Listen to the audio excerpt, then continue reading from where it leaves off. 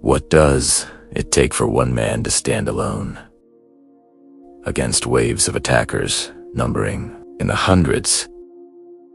Night after night, with his comrades falling around him, and still hold the line. On the night of October 24th to 25th, 1942,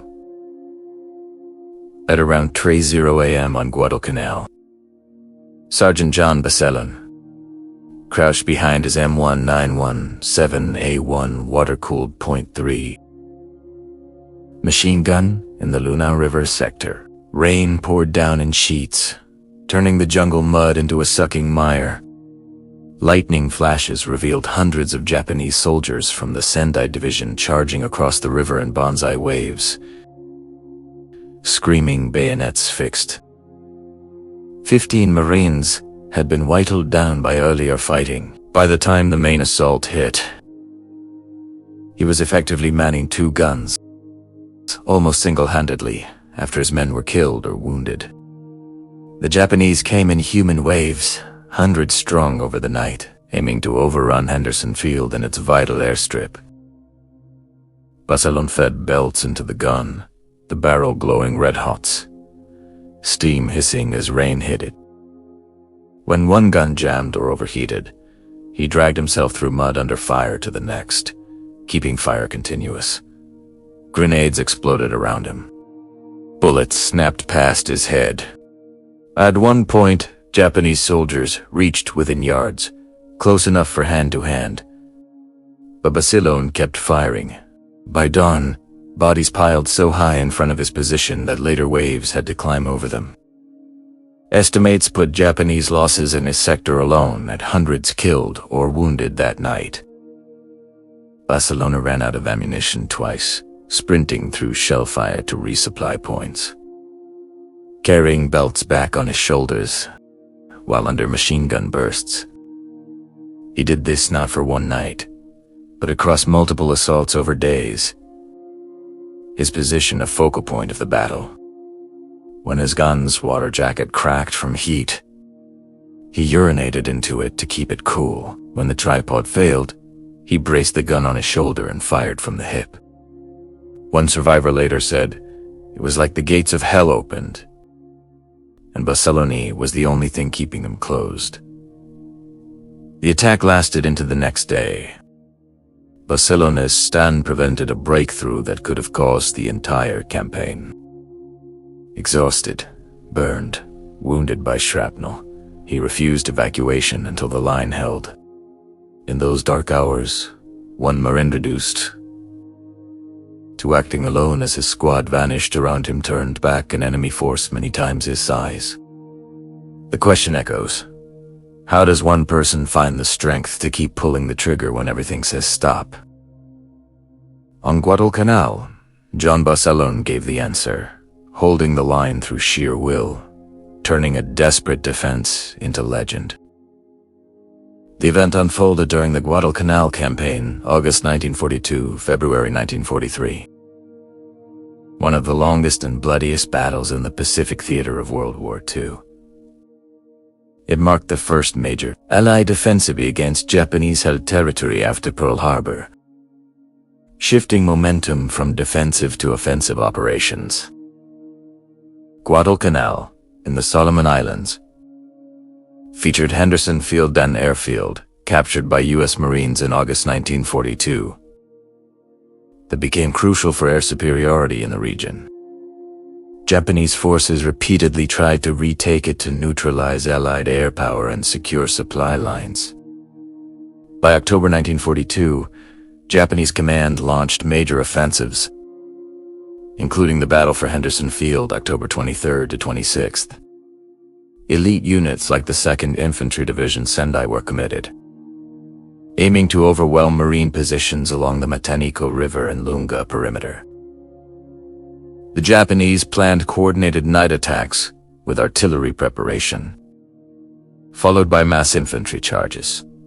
U.S. Marines, including the 1st Marine Division under General Alexander Van, defended a thin line around the airfield with limited supplies, relying on naval gunfire. Air support from Henderson's Cactus Air Force Wildcats, dauntless, dive bombers, and sheer tenacity. The perimeter was thinly held. Sectors like Basilone's part of the 1st Battalion, 7th Marines faced direct assault routes across rivers and jungle. Weapons included M1 Garans, bars, Springfield rifles, and water-cooled M1917 machine guns for sustained fire. Japanese forces used Type 99 rifles, Type 96 light machine guns, mortar, and grenades, often charging with bayonets and close-quarters banzai tactics. This battle's importance lay in its potential to decide control of the Solomons.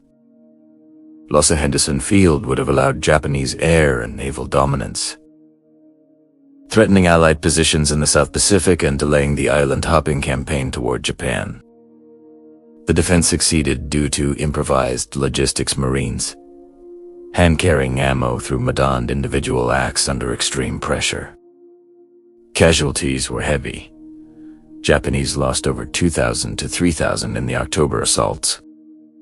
Marines suffered hundreds killed, wounded. Basilone's position became a focal point during the night of October 24th to 25th, with his squad decimated. He manned guns alone for stretches, repulsing repeated waves. The stand prevented penetration that could have rolled up the line. Reinforcements and air support arrived by dawn, but the initial hours depended on isolated defenders. The victory stabilized the campaign. Guadalcanal was secured by February 1943, costing Japan irreplaceable ships, planes, and experienced troops. The episode highlights the brutal nature of Pacific warfare jungle. Terrain, malaria, constant rain, supply shortages, and the role of small unit actions in larger outcomes. It showed how prolonged attrition and determined defense could blunt superior numbers. Survivor accounts, official reports, and Medal of Honor citations preserve the details, emphasizing endurance amid chaos. Understanding this context frames the personal cost. Men pushed to physical and mental limits, holding positions not just for strategy, but for comrades and the broader fight. Guadalcanal's defense became a turning point, proving Allied forces could match and overcome Japanese determination in grueling, attritional combat. The battle for Henderson Field began building in the days before the main assault. On October 23, 1942, at around 4 p.m., Japanese artillery opened fire from positions west of the Matanico River. 105 mm howitzers and 75 mm field guns pounded Marine lines, shells exploding in the jungle, sending dirt and shrapnel into foxholes. Marines in Basilone's sector, part of the 1st Battalion, 7th Marines huddled in shallow trenches dug into red clay. Rain had started again, turning everything slick. By dusk, Japanese infantry probes began. Small groups of soldiers from the 29th Infantry Regiment tested the perimeter with rifle fire and grenades. Basilone's machine gun, Section 3 M1917A1. Water-cooled .30 caliber guns positioned along a narrow front opened up in controlled bursts. The guns, fed by 250-round cloth belts, chattered steadily, tracers arcing into the darkness. One gunner fell early, hit in the chest. Basilone dragged the body aside, took the trigger, and kept firing. "Keep the belts coming!" he shouted to his ammo carriers, voice cutting through the rain. At 1:30 a.m. on October 24th, the main attack hit. Hundreds of Japanese soldiers from the Sendai Division's 16th Regiment surged across the Lunga River shallows, bayonets fixed on Type 38 and Type 99 rifles, officers waving swords. They came in waves, screaming banzai. As they charged, Basilone's guns opened at point-blank range. The M1917s poured 450 to 600 rounds per minute each, water jackets steaming in the rain. Bodies piled in the riverbed. Later waves climbed over the dead to reach the wire. Around 3 a.m., 2 of Basilone's 3 guns jammed from overheating in mud. He crawled through mud under machine gun fire to the nearest gun, cleared the stoppage with a cleaning rod, then dragged belts from the disabled guns to keep it fed. When his own gun's water jacket cracked from sustained fire, he urinated into the jacket to keep the barrel from melting. Japanese soldiers reached the barbed wire, cutting gaps with wire cutters, some threw grenades that exploded in the mud around the guns. Basilone's men returned fire with M1 Garons and Thompson submachine guns. But casualties mounted. One Marine was killed, reloading a belt. Another lost an arm to a grenade. By 5 a.m., the first wave broke. Hundreds lay dead or wounded in front of the position. Basilone ran low on ammunition, with no carriers left standing. He sprinted 200 yards through shellfire to a supply dump, grabbed 4 belts each weighing 20 pounds, slung them over his shoulders, and ran back while Japanese snipers fired from trees.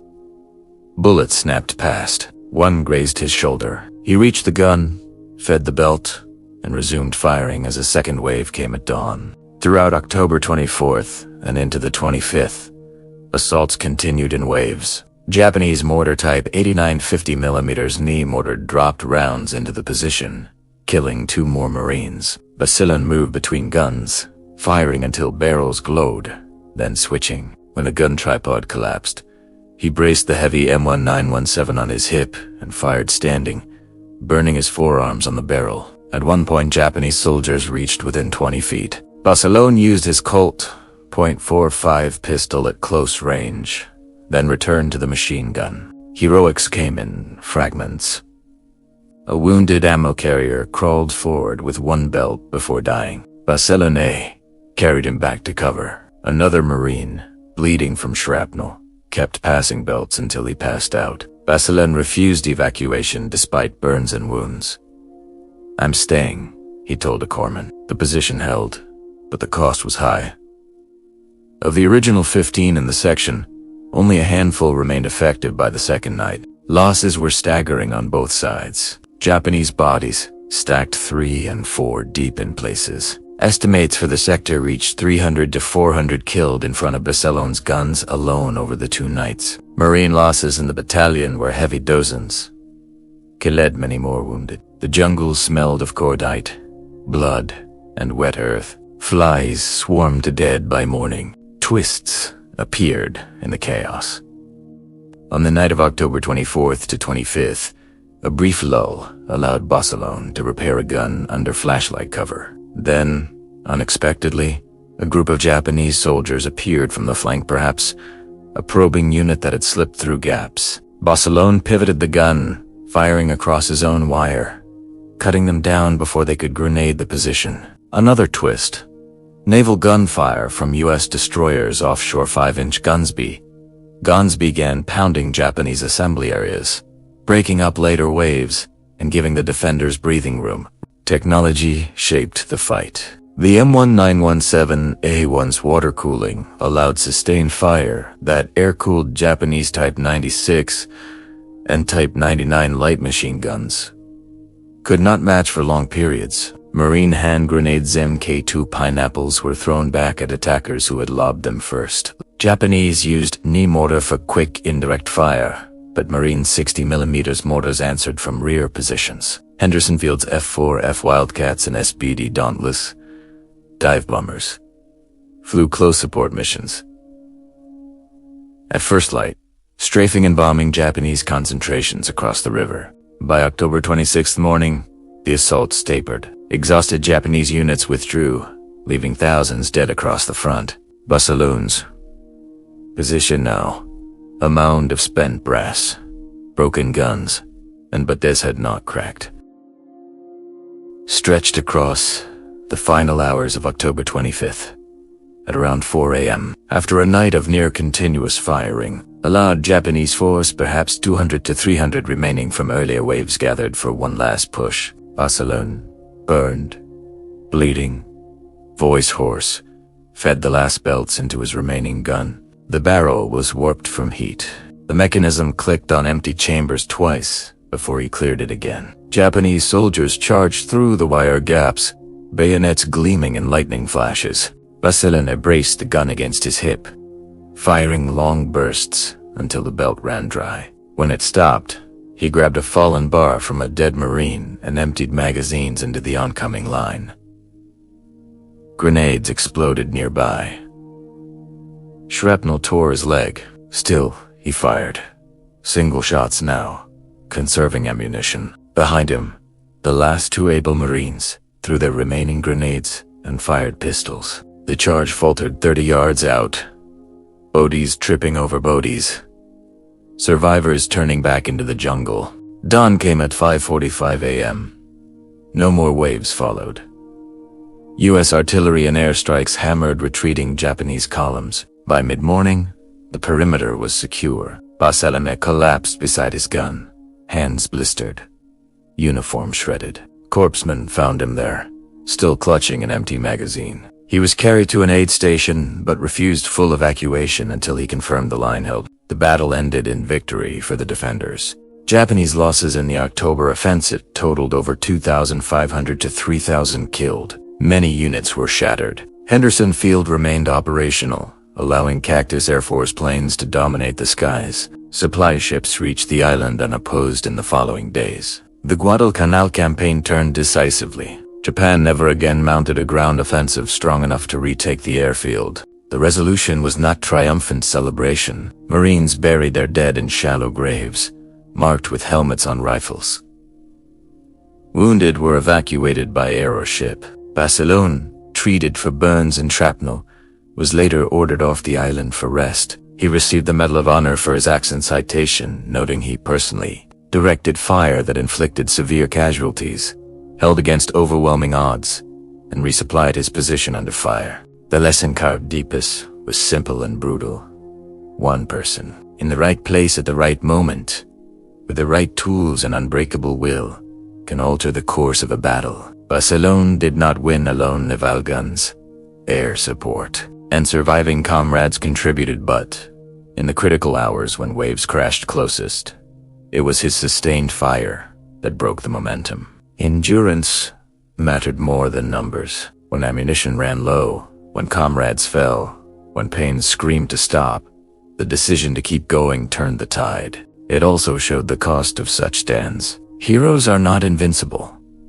They bleed, burn, exhaust. Many who held similar positions did not survive. The Pacific War demanded not just courage, but the ability to function past human limits, firing until hands blistered, running through fire for belts, refusing to leave until the line was safe. Basilone returned to combat later, dying on Iwo Jima in 1945.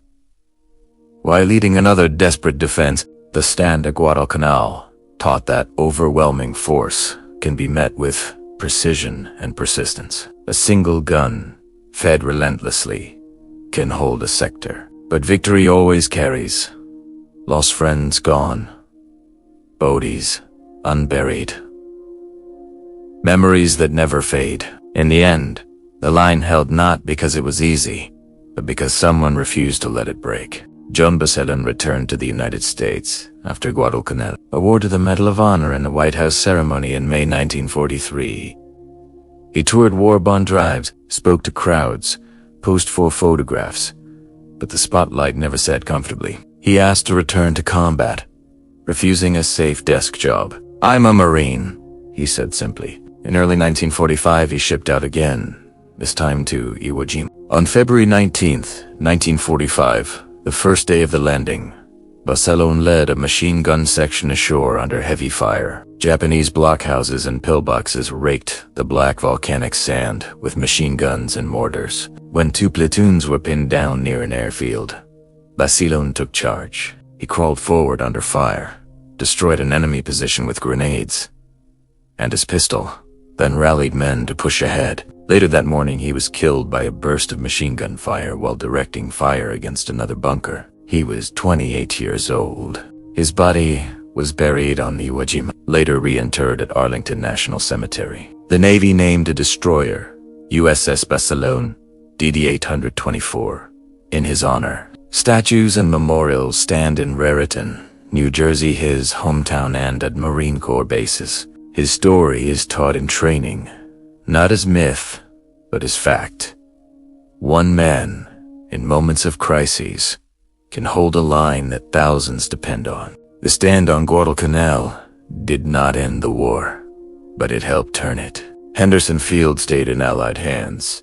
Air power disrupted Japanese supply lines, and the campaign ground down an enemy that once seemed unstoppable. Basilone's actions showed that individual resolve, amplified by training and weapons, can blunt overwhelming force. Yet the victory always came at a price. Friends lost, bodies broken, minds haunted by what they had to do to survive. The Pacific War demanded endurance, beyond reason, choices no one should face, and courage that left permanent marks. Basilone's life and death remind us that heroism is rarely clean or glorious. It is often muddy, exhausted, and final. In the end, the line held because someone refused to let it fall. I've just said what's recorded in history. You should find out the real truth yourself. We have written the sources from which we got this story in the description of this video. And we have always been, and will be, supporters of the oppressed, regardless of their color, race, or country. This world and its creator are also with the oppressed. Like this video, if tales of raw courage move you. Comment your thoughts below. What does Basilone's stand teach us about holding the line today? Subscribe and turn on notifications for more forgotten WWII stories of ordinary people and extraordinary moments. See you in the next one.